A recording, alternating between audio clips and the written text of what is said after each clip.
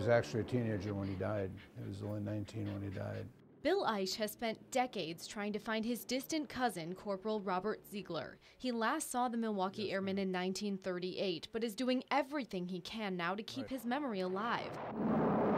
Ziegler's plane went missing on a bombing mission in China on December 7, 1944, after the crew reported they were low on fuel. And that was their last radio transmission, and they were never heard from again. A year and a half later, the government declared them dead, unable to get close enough to search for bodies.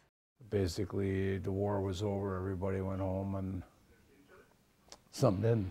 We owe something to those men who fought in a war and died, and we at least owe them the effort to look and do the best we can to find them. Filmmaker Jed Henry has spent 10 years researching cases of service members like Ziegler declared missing in action during World War II.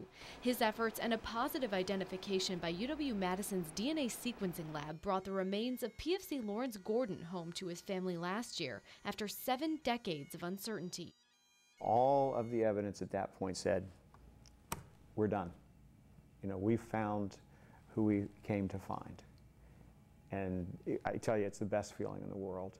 Now, Henry and lab director Josh Hyman are part of a team at UW using the Gordon case as inspiration to bring more military members home.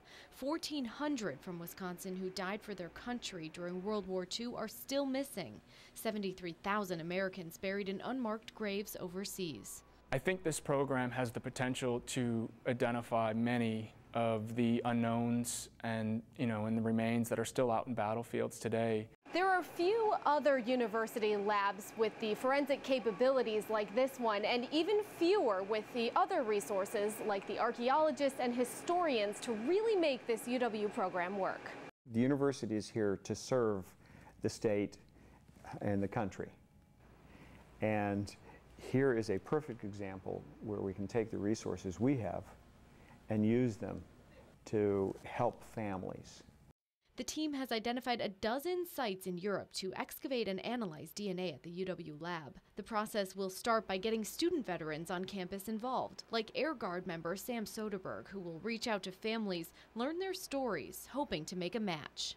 The sacrifices that they made are far more than what I did, and I want their stories to be told and the sacrifices of their family to be recognized in reuniting the two. A reunion's certainly the hope for Eiche. He's submitted DNA, reached out to families of others killed on the bombing mission, and has even been in touch with a teacher in China who searched that area, trying to bring Robert Ziegler home to Wisconsin. We owe it to him. But for the grace of God, it could be us, and I'm sure we'd like our families to get us home if we could. Jennifer Cleasy, 27 News.